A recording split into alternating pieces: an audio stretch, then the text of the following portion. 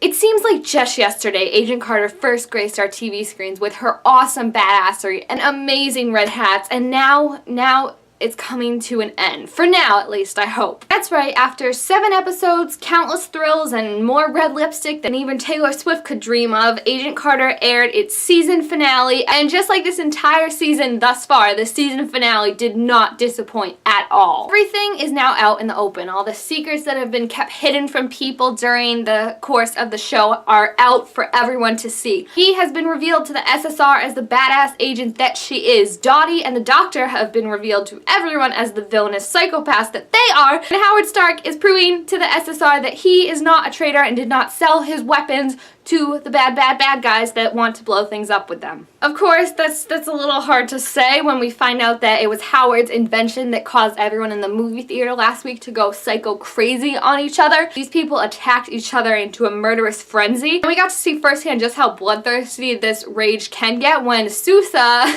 being the great detective he is, sees a canister of something lying around the crime scene and is like, what's this? Oh! And tries to kill Agent Thompson with his bare hands and punches Peggy in the face when she tries to stop him. I mean, it's just not good things. My favorite things about this episode was how everything came together so nicely and so perfectly, because the midnight oil, which caused everyone to go crazy and kill themselves at the movie theater, was invented by Howard Stark. However, he didn't mean for it to be used in that way. He was trying to make something that would help the soldiers in World War II. Yeah. Stay awake for days on end so they could fight the Nazis and win the war. However, it had some side effects that are similar to sleep deprivation, as in paranoia and most importantly psychosis, which, you know, makes you want to go into a bloody murdery rage and just kill everyone you see. So they finally pieced together just what happened at the Battle of Phenol, how midnight oil was stolen from Stark's lab, which is like, dude, you should really maybe protect your lab more if this is like the 3rd time someone's stolen something from you. And Howard explains that Dr. Janko is going after him personally because he wants to punish him for using the midnight oil in the battle that killed Dr. Janko's brother and all these other people. So Dr. Janko, along with Dottie, has a plan to release midnight oil in Times Square during VE Day. He's going to blame it on Howard Stark by using one of his planes. And the SSR come up with this plan to draw the Doctor out by holding a press conference where the SSR basically says Howard is a hero, he's not a traitor, blah, blah, blah. And can I just say that was one of the funniest parts of the episode when Thompson was just standing there like, he is a hero. We are humbled by his brilliance. And Howard was telling him to say that. I mean, that hands down was where I was like, yes, this is Tony Stark's father. But at the press conference, things go very, very wrong, and Howard Stark is taken in by Janko and Dottie is not too happy that he doesn't remember the wonderful weekend they spent together, even though she really should know. She knows anything about him. Aren't you supposed to, like, follow your marks or at least know their patterns and stuff? Gotta know, he's not really someone that's gonna remember one night out of the thousands he spent with women. Jarvis, good old Jarvis, is the one that figures it out where they would have taken Howard after all that, because Howard has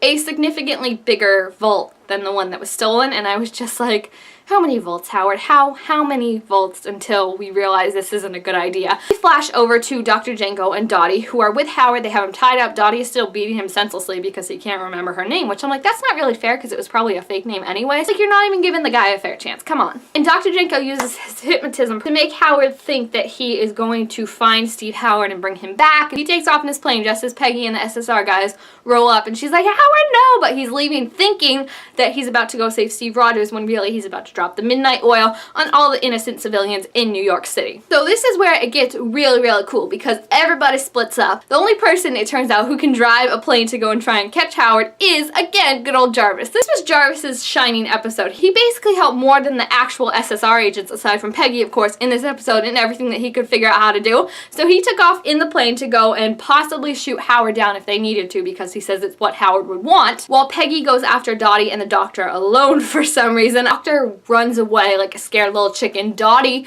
goes again psycho, starts beating her with a baseball bat and is like, I thought you'd be better, and is about to whack her across the face with the baseball bat when Peggy does some kind of like voodoo trick move where she basically flips over and then pushes her out the window, and we see Dottie go splat out the window onto a plane and just kind of lay there motionless like, I need some vodka. Dottie out of the way. Now Peggy is trying to talk to Howard and make him realize that he's in hypnosis. He's not really going after Steve. And that was literally one of the most heartbreaking moments because the parallels between that and the end of Captain America when she lost Steve was so heartbreaking. And when she said, "You're the only person in this world who believes in me. I can't lose you," I was like, my heart is breaking. It was also Peggy's moment of realizing for the first time, I think, that they need to let Steve go. He's gone. They can't carry him around forever. That they'll find him eventually because that's just going to lead to a life of madness and craziness. That was a really great moment for Peggy because it was so hard for her to admit this guy who you've always had the possibility, I think, that he's out there, and I think she's been clinging on to that too. You have to let him go. It was just so heartbreaking to see. And then, of course, as all this is going on, Agent Thompson and Agent Sousa are going after the doctor, and Agent Thompson specifically says, "Hey, Sousa, don't let him talk to you. He's gonna hypnotize you." So then he knocks Thompson out somehow because Thompson is the most incompetent chief I've ever seen in the world. That's like literally the only thing he did this episode was get knocked out. And Sousa comes in and is like, "Put your hands up or I will shoot." And I was like, just shoot him now because he's gonna start talking. And of course he does start talking. So you think Sousa would shoot him then? No! And I'm like, "Sousa, this is the second time you did this. Thompson told you in the last episode, hey, you see the Black Widow? Just shoot her. Like, don't even try to engage with her." And when he saw the Black Widow, what does he do? He tries to engage with her and she gets away and kills people. He's doing it again. And I'm like, Sousa, you're driving me absolutely mad. And then as the doctor is like, "Now point your gun at Agent Thompson and shoot him," Sousa pistol whips the doctor in the face and reveals that he had earplugs in his ear the whole time. And I was like, that was actually pretty smart. I'm pretty impressed, Sousa. I went from being so angry with him to so impressed. So good job, Sousa. So everything seems to be wrapped up perfectly, and then Peggy discovers that somehow Dottie managed to get away. There's like a trail of fresh blood that I was like, just follow the trail of blood. I've seen enough CSI episodes to know how this works.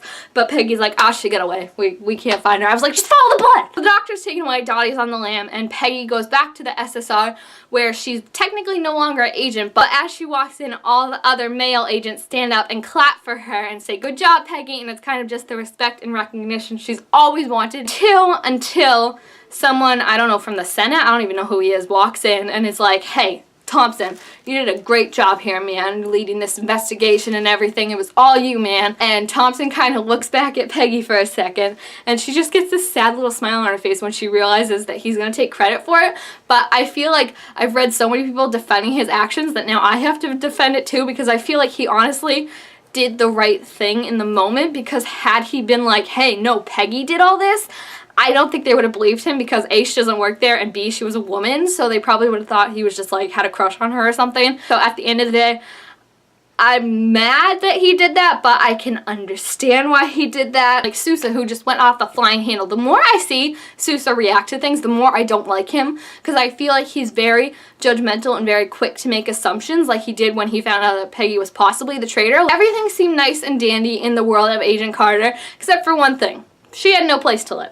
And what was one of the best moments of the night, it turns out that Howard Stark offered his house to Angie and Peggy, and now they are roommates, which I know so many people are gonna freak out about. I love Angie so much, and even when she's only in an episode for like 2 minutes, she completely owns the episode for me. And her and Jarvis's interactions were so cute because she was so excited about everything, and he's like, "Oh, it's so nice to see someone who appreciates the finer things in life." And then the last big reveal of the episode, of course, was when Jarvis gave Peggy Steve Rogers' blood and said that he owes a lot to Howard, but his integrity isn't one of them, and that he thinks Peggy is the only one who can really make sure that this blood is safe and where it's supposed to be. And that was such a cute little moment. I was waiting for them to hug or something. I was like, bro, TP it out right now, but they just kind of had that cute little moment with their eyes, and I was happy for that. And Peggy ended up going to some bridge. I'm sure if I was a New Yorker or like geography, I would know what bridge it was. But she dumped Steve Rogers' blood in the ocean, and basically that is, again, her coming to fruition with what she said earlier about having to let him go, how he's not here anymore. I think it was an amazing season finale. This whole series has been amazing, and I really want it to get a season 2. I've been tweeting and writing ABC like nonstop, being like, please renew this series, it's amazing. So I really hope it gets a second season. If it doesn't, I'm just gonna cry in a ball for 2 months straight. I even made my dad watch the episode just because I was like so obsessed. I was like, I want to watch this again. Come watch it with me. Come watch it with me. I'm curious to see what he thought of the episode, so let's go see what he thought. Alright, I have a question for you for one of my videos. What did you guys think of the Agent Carter finale? I thought Captain America was going to make an appearance and he didn't. He's in ice. Oh, wait a minute. His blood did.